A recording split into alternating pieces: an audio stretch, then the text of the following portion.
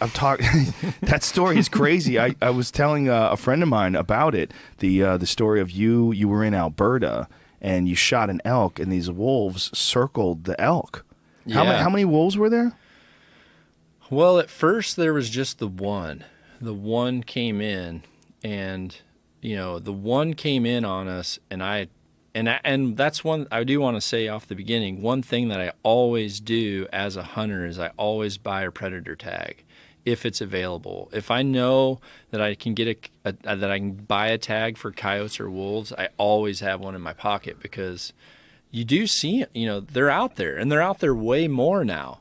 And this is an exact reason why you got to do it, because literally we had an elk down, and next thing you know, we're out there kind of, getting it ready to to cut it up and stuff and get it out of there. And all of a sudden this big wolf comes in, and I had spotted it and we weren't really being noisy. So I ended up shooting that wolf, and it kind of went off, and with a bow, there's no noise. So what we didn't realize was there was a pack there, and that was actually, it was an alpha female, is because of the size of it. I mean, you saw the size of it. Yeah. It's as big as me. And it actually went off, and then we kind of thought, well, that was freaking freaky. Well, then about 20 minutes later, all of a sudden we see another one, and we see another one, and we're kind of like, holy crap. So we start moving into this draw, and one of them was like making like a noise, almost like it was injured or something. It was like whimpering. So we're like, what is the deal? So we were on high ground with the elk, and then we started moving down into this ravine because we saw the wolves down in there. And next thing you know, we get down in there, and I start looking around, and there's like hair on the trees. There's like, it looked like that movie Into the Gray. The Gray. That's exactly what it looked like. The Liam Neeson movie. There was like freaking hairy turds everywhere. It was just, there was like beds. There was hair rubbed on the trees. And I start looking around. There's like holes dug in. And I'm like, I literally look at my two buddies that were there with me, and I said, we're right in their freaking den. Like, and I think that elk was not too far. Our elk wasn't too far so from when the den. you shot an elk that they probably thought of as theirs. Oh, they definitely thought of it was theirs. Yeah, they definitely thought that was theirs. So then once we're down there, all of a sudden we hear this howl. We're like down there, we hear this howl, and it was definitely an alpha, because in alphas, the howl, it literally turns your blood instantly cold. If you're right in on a true wolf howl, it's like so freaking low and deep, and it's just like chills your blood. Well, you realize it's not a game. Well, yeah, then I realized, I'm like, we're in their freaking den. And, I'm kind of looking down. I'm like, okay, well, I shot an elk. Then I shot that. I've got 2 arrows left. So, and, both my guides kind of had, once we said, oh, there's wolves, they like grabbed a gun. We kind of went down in there to see what was up.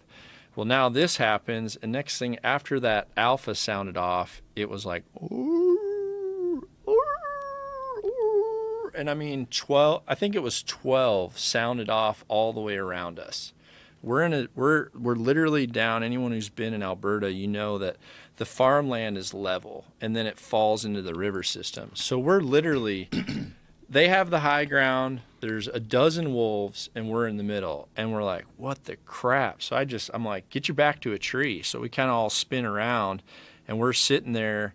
And next thing you know, here comes 2 dogs on a full-blown, I'm talking like full-blown like this, like freaking running, coming.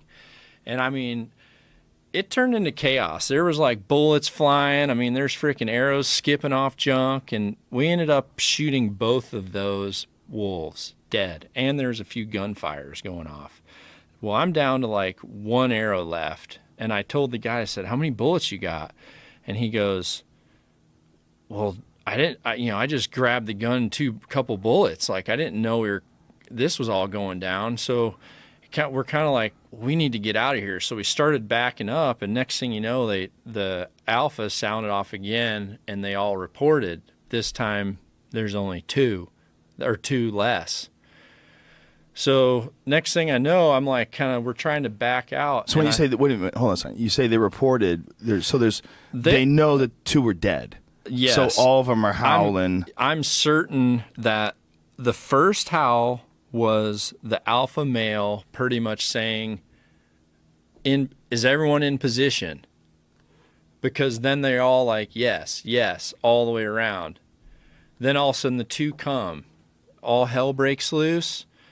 Then we're like, the alpha sounds again, but he's in a different location. He was actually to my left, like right here, and really close. And I mean, it's thick in there. You've been there. Mm-hmm. You know how thick it gets. So then they sound off. Well, now this time there's two less. So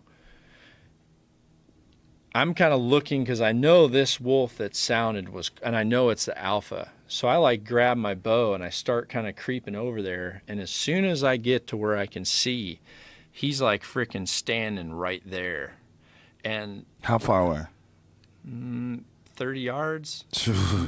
Which actually, a wolf can cover. Jamie, pull up that picture from Joe's Instagram. Like, it was about a week ago. You found those pictures of those wolves? Yeah, I forget who the photographer was, but he's got some amazing photographs of wolves. Or yeah, it was like not the most recent one on that was on that dead moose, but it was like that was from National Geographic. That was actually a bison. That was from yesterday. Oh yeah, that's right.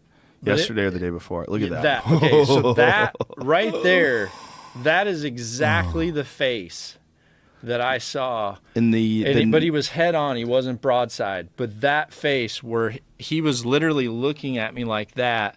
And I mean, you're in a fight or flight. Like, I'm totally in a fight or flight. I had one arrow left on my string.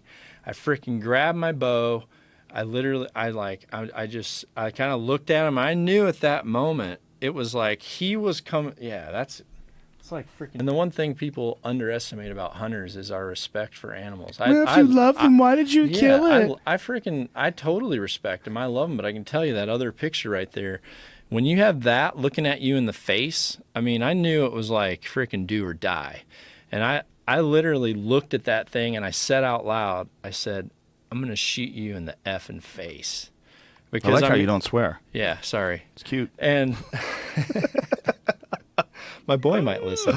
I understand. And I remember I drew back. I literally drew back and I anchored and I came into my peep.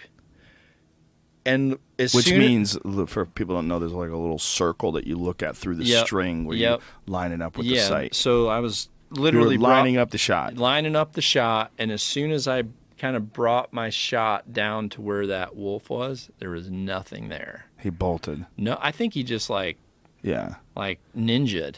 Well, if they're that wise and that big and that old, they've got to know what a hunter is. They're smart. They had to have known that you killed the elk. And they had to have known that you killed those other two wolves that chased you, that went after you guys and tried to get the elk. I think he came in to think, okay, you called a fight, we responded. Now he's like sizing up, okay, I've lost. Here's what I've lost. I want to know what I'm going against. He kind of came in and he freaking looked at us all, and then that was it. Good thing they can't count. They knew you only had 2 arrows left. 2 arrows and 2 bullets. Yeah, how many bullets did that guy pick up? He only picked up 3. It was bone chilling. I'm sure. I mean, you and I both have friends that are grizzlies, cats. I mean, cats are notorious for stalking hunters too, because I mean they are the ultimate hunter. But grizzlies and wolves, I mean, you have to be on guard. There's places now where, grizzlies are strongly becoming such a problem when it comes to, they have to be controlled. They're just starting to get to be too many, especially for the food source.